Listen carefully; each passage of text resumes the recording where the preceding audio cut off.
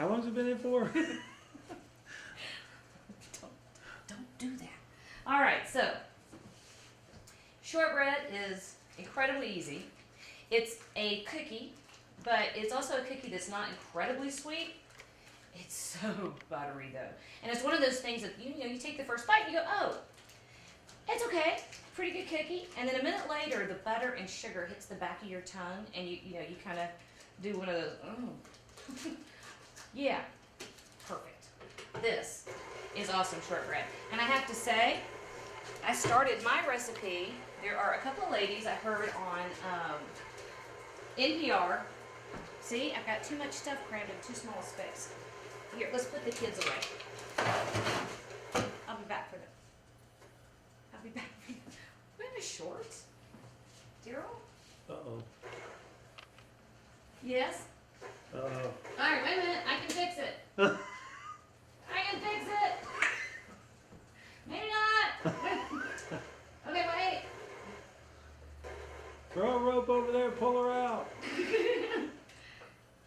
need an electrician. Oh, crap. Oh, there we go. Let's see what we can do with this. I have to push the cord up. Oh. All right, anyway. This should get interesting. Okay, so this is a cookie. And you start with a cup of butter. Come on in, Melissa. I told you this is casual. Oh, I didn't see that. Everybody say hi, this is Melissa. Hey, hey. Hi. How you doing? All right, so to the cup of butter. All right, boo, that's enough.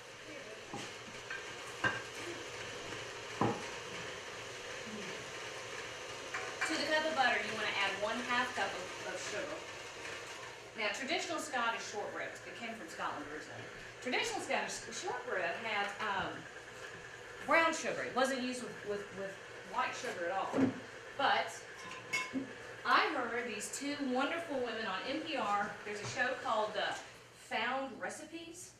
And the ladies are, I believe, in their 70s. And they were talking about a shortbread that someone had made in their childhood. And I'm kind of fascinated by heirloom recipes, so I had to give this one a try. And I made a little change here and there, but not much, because this is a good cookie. Really good. So all I did is scrape down the sides of the bowl. And I'm letting the butter and sugar cream together. And all those sugar crystals are cutting little holes into the butter, and when it goes into the oven, the butter releases its moisture, catches in the hole, and that's where you get your puff. That's why it's not a hockey puck. Okay, so to this we need my salt, which I left here. Oh, look. Forgot what I was doing. A good pinch, about a teaspoon. Sweet things need a little bit of salt. Always. And yes, that's a rule. If my child took my lemon zester, all right. Let me tell you right now, Boo Keller, you got lucky. All right, so we're going to use a lemon, and we're going to zest it. And see, look, when you're zesting a lemon, don't get the white part. That's bitter, and that's going to make things kind of nasty. But if you just go lightly over a microplane, you get this very super fine little bit of rind, and it's got an amazing flavor. I love it. Okay, see? Yay, that was easy. So we're gonna Isn't that stuff real sour? Huh? Isn't that stuff really sour? No. No? Well, I mean, it's lemony sour. Of I course, know they use it in a lot of dishes. I just wondered how sour it was. it's not so much that it's sour. It's more that it's got a very intense taste. Okay. So that little bit of lemon zest will deliver more lemon flavor than, half a cup of juice. Here's the other secret: lemon extract. Okay. And this is pure lemon extract. This is the real thing. They make this with oil, not the imitation stuff. Okay? Imitation stuff is bad. So a little bit, half a teaspoon. That's all you need. Oh, look, everybody over here is getting happy. Nice. Okay, here we go. All right, so to this, we're going to add the flour. the sugar in there this time, didn't I? I have forgotten that. This is all-purpose flour. The only leavener you have in this cookie is the creaming method. So you don't add baking soda, there's no baking powder. It's gonna make a pretty dense dough. What are you laughing at? You were worried about whether it's going to come on or not, huh? Actually, I was worried about if it was gonna throw flour all over. I was really.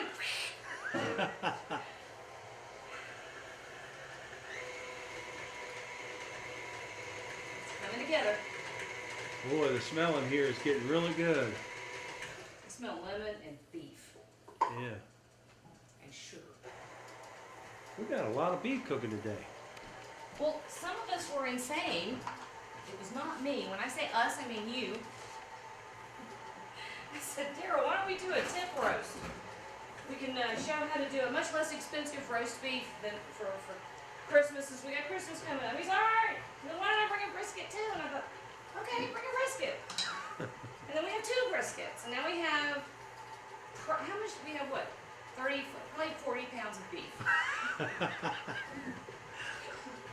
So I probably won't cook again until next year.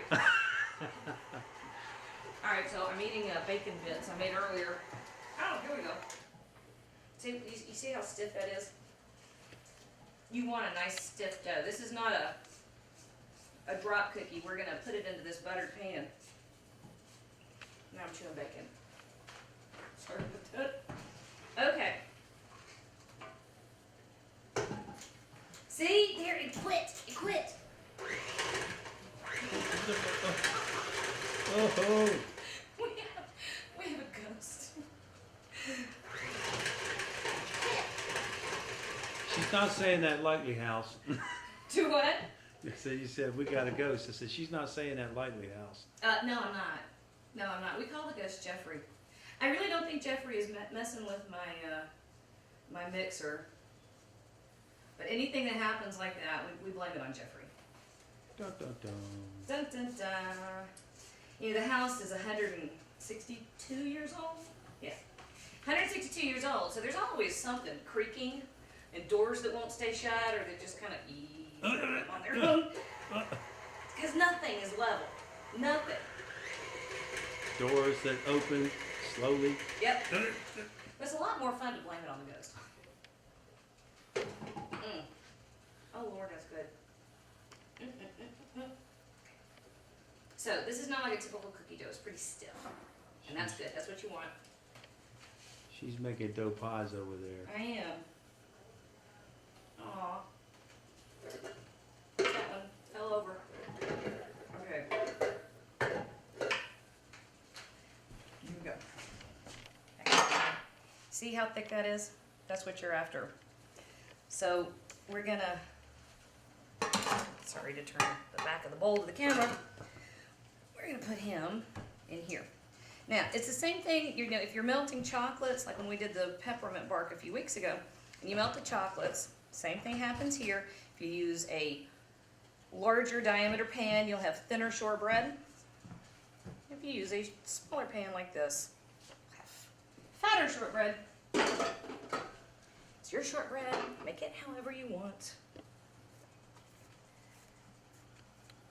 Just pat it down into the bottom. Now that's shortbread with a little lemon seasoning in it. Well, it's not, I didn't put enough lemon in here to make it lemony, okay? What it does, because you know, it's butter and sugar held together by enough flour. So you're basically making butter sugar balls. I mean, you really are. It's a lot of heavy, creamy, you know, flavor. That little tiny bit of citrus cuts through all that creaminess and kind of highlights it, you know? It makes the flavors pop a lot. All right, that's all you do. Right in the oven. What temperature is it now? 350. 350. And we're gonna set the timer for, I'll take a look at it at 25 minutes.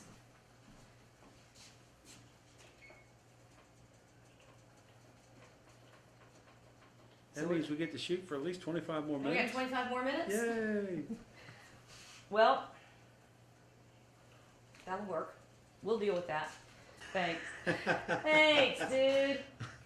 I appreciate that. Oh, perfect. All right, was hot.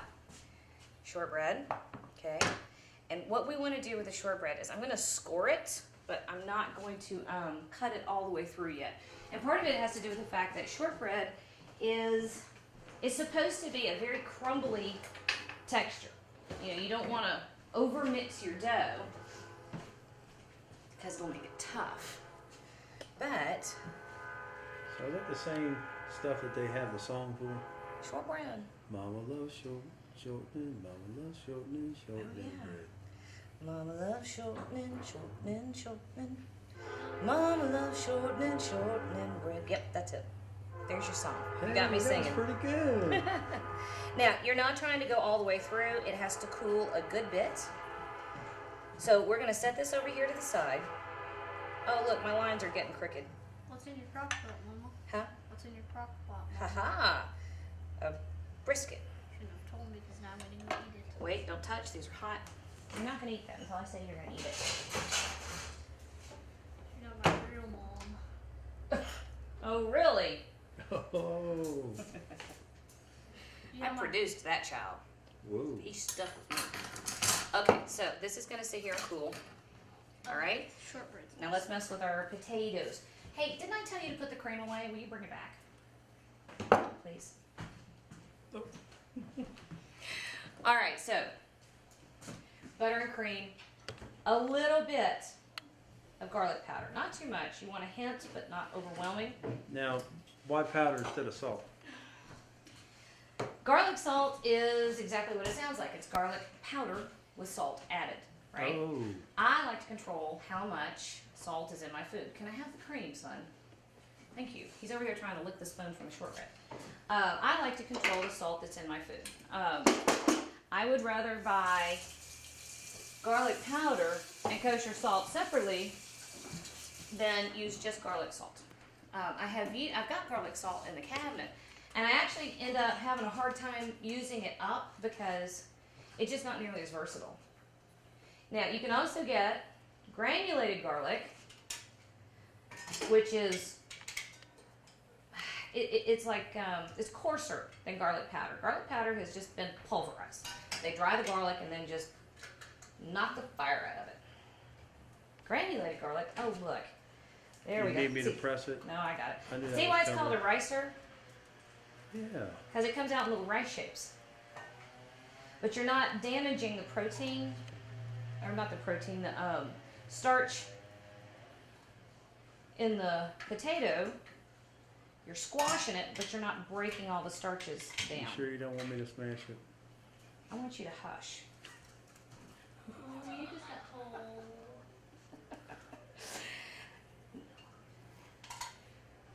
Sorry. But not really. No, you're just making fun of me because I had a hard time with that stupid syringe thing that you wanted me to, that we were trying to use outside. Now, what are we supposed to be doing to that thing? Anything out there with the grill? Or the cooker? We're supposed to wrap it, but we can wait till after we get done. Okay. All right, so here's our potatoes. Wow. That's pretty cool, isn't it? Yeah. And then do you stir them together after that? Huh? Do you mix them together after that? Yeah, and now I put the butter in the bottom of the pot because the potatoes are hot and they'll go down on top of it. And a lot of times I'll actually go ahead and heat the butter with the cream. I didn't do it this time. I don't know why I didn't do it this time. I Now, just didn't. are you gonna mash those and make them just creamy, or are you gonna leave it kind of ricey? Nope, you'll see. Okay. Oh, patience, my friend. You, all right, fine. Matter of fact, you'll probably be kind of surprised at how quickly they cream together now. What is that?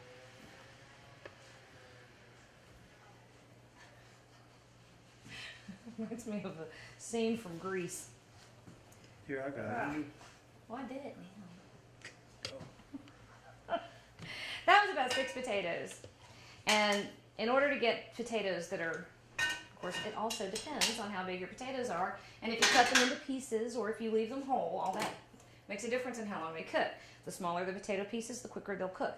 So you can have small cubes and they'll cook through in boiling water in about 15 minutes. Okay, so a little cream. Or a lot of cream. And all my wooden spoons are gone. I don't know where they went. You notice the theme of disappearing kitchen equipment at my house? Okay, let me come over here so y'all can see.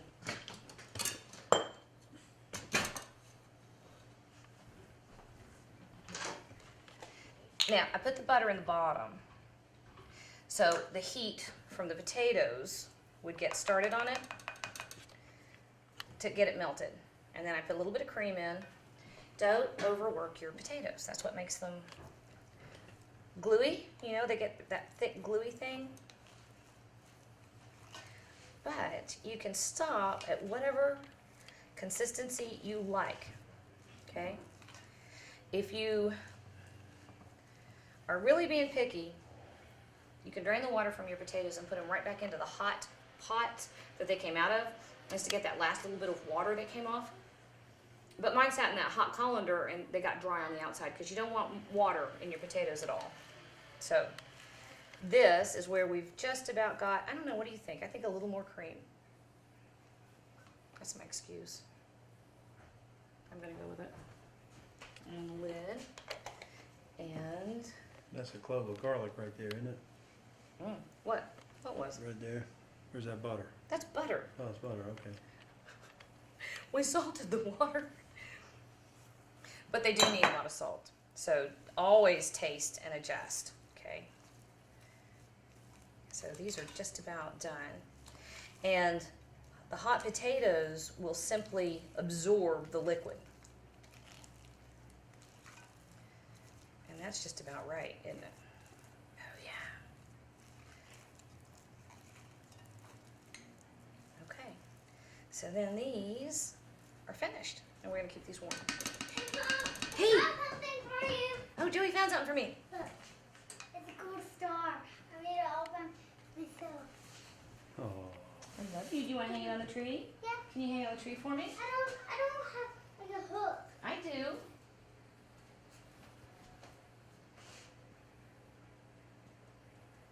Squeeze. There we go.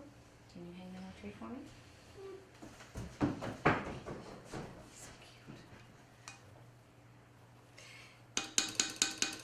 cute. He's so cute when he's not being so horribly naughty. The only thing I can say about him is that he is the youngest and is a born clown and entertainer. All right, so this is a cast iron pot. You like my cast iron pot, by the way? wow, it's an apple. That came from my Secret Santa. It's now my favorite possession. All right, so we are getting to the end of this. We're waiting on, I'm actually beginning to wonder if my thermometer has conked out, so I'm gonna get another thermometer because we are not near hot enough. So I'm gonna get a second thermometer and double check it. Because that roast has been in there for a while and it hasn't moved very much at all in temperature, so we're gonna take a look. Aha! You see that? When you're taking the temperature, oh, I don't like, oh, there it goes.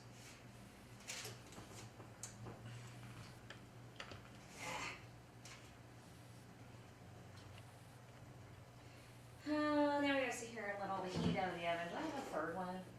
Do I have a third thermometer? Nope. Let me see if I can get, let's get an adjustment on this. Because we only need it to go to 135. That's rare, or medium rare. And a sirloin roast, oh, there we go. Maybe she's getting cranky. Okay. A sirloin roast is pretty lean. There's not a ton of fat on it. So you want to kind of roast it off and get that crust on the outside, but you don't have fat to render in. So you want crusted, hot, short cooking time. Short cooking time, relatively speaking, right? Compared to the hours and hours a brisket will do. Okay, so if I break this shortbread, I will probably say a lot of bad words.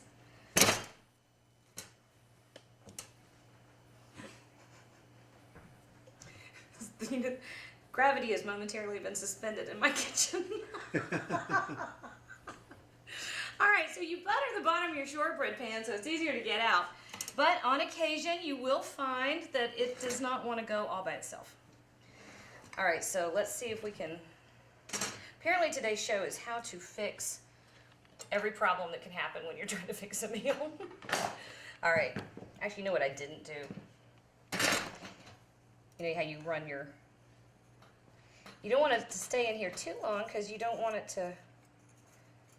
You don't want it to sweat, and then once it gets too cool, it won't come out without shattering. So it's still pliable, and we've got to keep it pliable.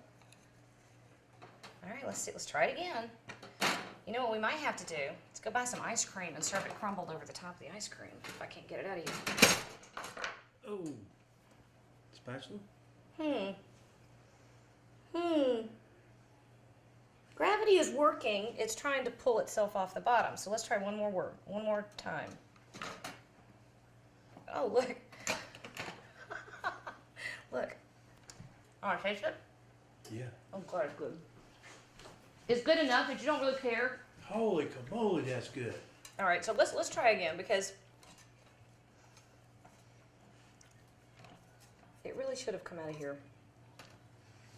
pretty quick and pretty easy. Let's see if we can do this. Aha! I may have found the sticking point. And you know, when you let the, see, when it's warm, you see how crumbly that is?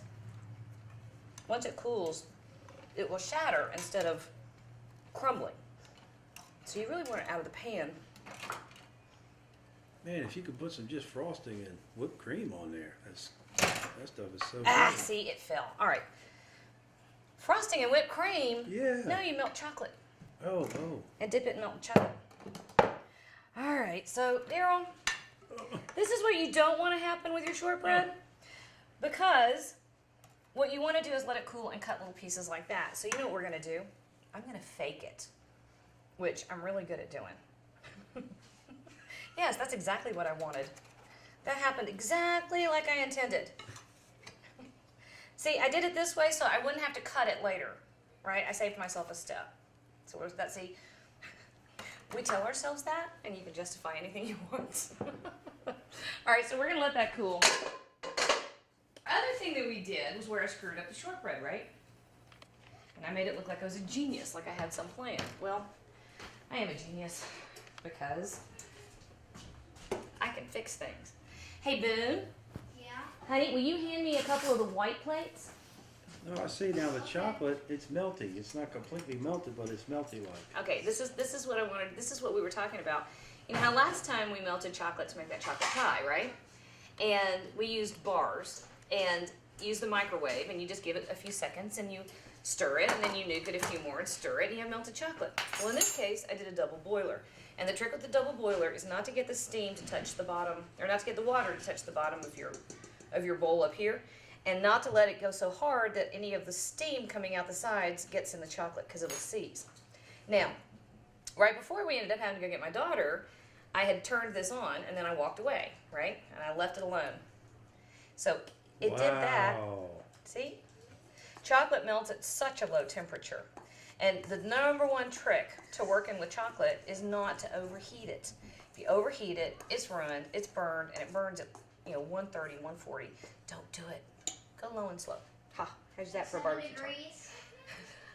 Actually, it's somewhere between 95 and 110, 20 degrees. That's about as far as you want to go. So there's your safety zone for chocolate. All right, now, our little shortbreads. What should have happened was I should have scored the top of the shortbread, turned it out onto the rack, let it cool, and then finished slicing it. Well, it didn't happen. I got crumbles. But I got all these little pieces that are about like this, okay? So that's not a bad little shortbread bar. Take your melted chocolate. Oh my God. Right over the top of your shortbread. Now, if you have meltier chocolate, if it's looser than this is, you could just dip it. But I will say this chocolate, or this shortbread, is pretty delicate. It crumbles, which is a good thing. And you can actually make a type of shortbread. They call it millionaire shortbread because all the ingredients are so rich. But see how we're going to do that? And it's going to look like we did everything on purpose from the beginning. I don't know if they're. Hi. Folks, that looks so good. That's just All right, wrong. fellas. See? All right, well, we'll be back here in a little bit. All right, baby. Oh my God. So what we're doing here is we're taking what could have been a mistake and we're making it look like that's what we meant to do. You have no idea how often. Oh, you want that one? Oh my God. You have no idea how often Hell yeah. I have made that happen in the kitchen. So I would go ahead and dip this, Oh but my God. shortbread is so delicate. If I'm afraid if I stuck it down in the chocolate, that it would break off. It actually tastes like the bread and everything becomes fudge. It does, doesn't it? Woo, that's good. Well, what I'll do is I'll go through and these pieces that have what close to a shape that looks like it's on purpose, cover it up. Oh my You goodness. can do just about anything with melted chocolate, right? Wow. So look at that. Tell me that's not a pretty little dessert. That is just. Ta-da! So you can even, if you want to get all foo-foo and fancy, give yourself a little swirl right there on the plate. See? Ta-da! Okay, so there's our chocolate shortbread. And we're going to set this over here. $27 at a culinary restaurant. I don't spend that much making it. I thought you could make somebody pay that much. Well, let me tell you. Well, you know what? If you, of course, made it actually, pretty, there's no reason why you couldn't sell something like that for $5.95, and you really don't have very much in it.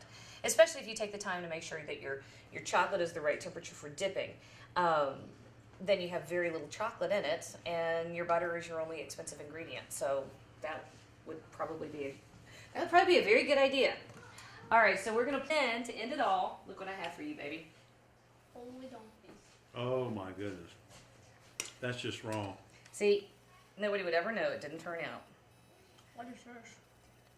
Try it. Oh. Cut. Whoa. Okay. Well, What was that whole take a thing bite. about? Take a bite. Take a bite. Take a bite, buddy. We don't care. We'll wipe it up. Oh, see, we already got the dog over, so it's okay. That's why you have a dog when you have children. Okay, tell me what you think. Yeah. Oh my God, it's good, isn't it? Me too, man. I'm in the same place.